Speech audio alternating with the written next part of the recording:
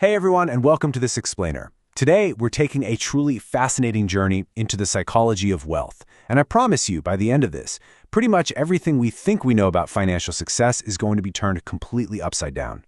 We're going to look right past those pristine, perfect spreadsheets and complex formulas to uncover the hidden behavioral traits that actually dictate who builds wealth and who loses it. Okay, let's dive into this by looking at a tale of two vastly different lives. On one side, we have Ronald Reed. He was a humble janitor and gas station attendant in rural Vermont, and he was actually the first in his family to even graduate high school. On the other side, we've got Richard Foscone, a highly educated, wildly successful executive at Merrill Lynch. Now, if you were to guess who ended up with an estate worth millions and who went bankrupt, well, logic would point straight to the executive, right? But in reality, Ronald Reed died a multimillionaire, while the executive literally lost it all. This stark contrast perfectly proves that financial success is not a hard science. It's a soft skill, where how you behave is vastly more important than what you actually know. Section 1. The Math Myth. Behavior over spreadsheets. So finance is overwhelmingly taught as this exact math-based field. We're given the data, we plug it into a formula, and the formula tells us exactly what to do. But, well, actually scratch that. In the real world, big financial decisions aren't made in pristine spreadsheets. They're made at the dinner table with your spouse, or maybe over drinks, and they're driven heavily by dopamine, cortisol, ego, and pride. To succeed, you don't need a super high IQ. You just need to master your own behavioral biases. Above all else, as we'll see today, success in finance really comes down to one single word: survival. Now, what's really interesting about this slide is how it shows that the concept of wealth actually splits into two entirely separate mechanical skills. Take the legendary stock trader Jesse Livermore, for example. By age 30, he was worth the inflation-adjusted equivalent of $100 million. The guy was an absolute genius at making money. But, tragically, he eventually lost every penny and took his own life. You see, making money and keeping it require two completely opposite mindsets. Getting wealthy, that requires taking risks. It requires this deep, unwavering optimism and boldly putting yourself out there.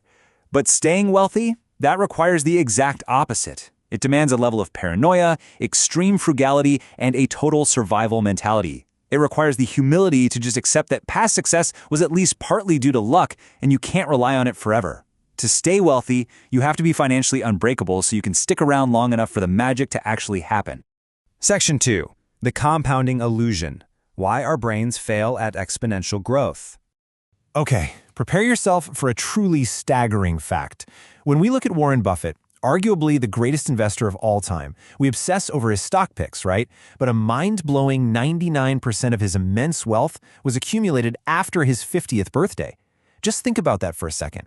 His secret isn't some highly specific investing strategy. His absolute superpower is time. He simply didn't interrupt his compounding for over 3/4 of a century.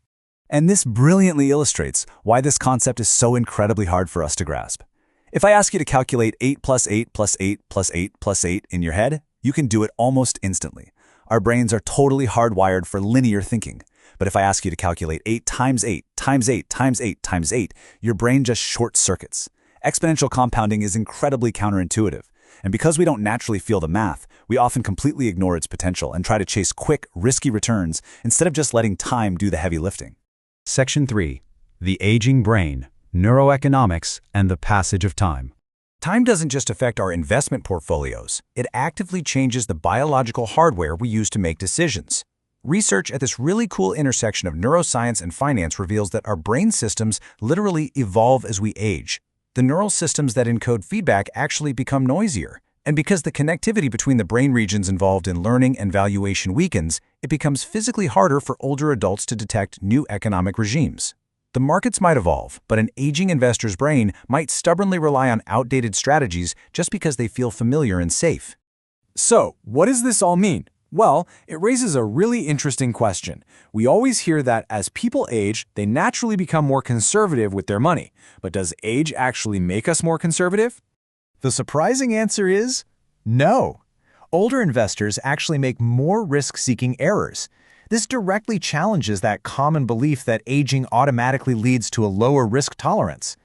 Because the brain's reward system becomes a lot less precise at tracking outcomes, Older adults might hold on to inferior assets or take risks that just aren't justified anymore simply because they're struggling to read that noisy feedback from the market. And there's another highly consequential finding here. When we're younger, our brains have these active warning signals that trigger caution in risky social situations. But as we age, these biological warning signals become muted. Older adults physically perceive others as more trustworthy, even when all the cues suggest they absolutely shouldn't. This isn't just a lack of education. It's a fundamental biological shift that drastically increases their susceptibility to financial fraud. So, knowing all these psychological traps and biological shifts, how do we actually plan for the future? Well, aiming to be mostly reasonable works much better than trying to be coldly rational. So, the crucial point is exactly what author Morgan Housel points out when he says, you're not a spreadsheet, you're a person. A screwed up, emotional person. Creating a textbook-perfect, ultra-rational financial plan is totally useless if you just abandon it the second the market crashes. A pretty reasonable plan that you can comfortably maintain through chaos, panic, and uncertainty, that is vastly superior. Plus, trying to make some ultra-rational 50-year plan completely ignores a major psychological quirk known as the end-of-history illusion. This is our tendency to recognize how much we've changed in the past, but completely underestimate how much our desires and goals will change in the future. I mean, you are not going to be the same person with the exact same goals in 20 years. Financial planning needs room for error and evolution, because our lives are lived in these distinct, ever-changing blocks of time. Section 4. Wealth is buying time, redefining the ultimate goal. We often think the universal fuel of joy is a luxury car, a bigger house, or visible prestige, right? But psychologists have found that the single most dependable predictor of well-being is simply having a strong sense of control over your life. The highest dividend money pays is the ability to wake up every single morning and say, I can do whatever I want today. To get there, we desperately need to understand the difference between being rich and being wealthy. Being rich is about current income. It's the visible purchases. It's spending money just to show people that you have money. It's pure ego. But being wealthy? That's entirely different. Wealth is the unseen assets. It's the flexibility to change careers, to retire early, to survive a brutal market crash. Ultimately, it is independence. Let's move to and see how this builds. Wealth is actually the nice cars not purchased, the diamonds not bought. Wealth is simply the gap between your ego and your income.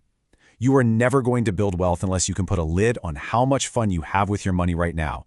It's the disciplined suppression of today's ego for tomorrow's absolute freedom. But of course, achieving that freedom requires paying a toll. Everything has a price, but not all prices appear on labels. The hidden price of investing, of letting compounding run wild for decades, is enduring volatility, fear, and uncertainty. It's not a fine you pay for being wrong. It's literally the admission fee you pay for financial independence. So, as we wrap up this explainer, I want to leave you with a direct challenge to really reflect on. Look at your own goals, your own ego, and your own long-term plans. Ask yourself, are you playing the right game, and what kind of wealth are you actually chasing? Are you just chasing the visible status of being rich, or are you quietly building the ultimate freedom of being truly wealthy? Think about it.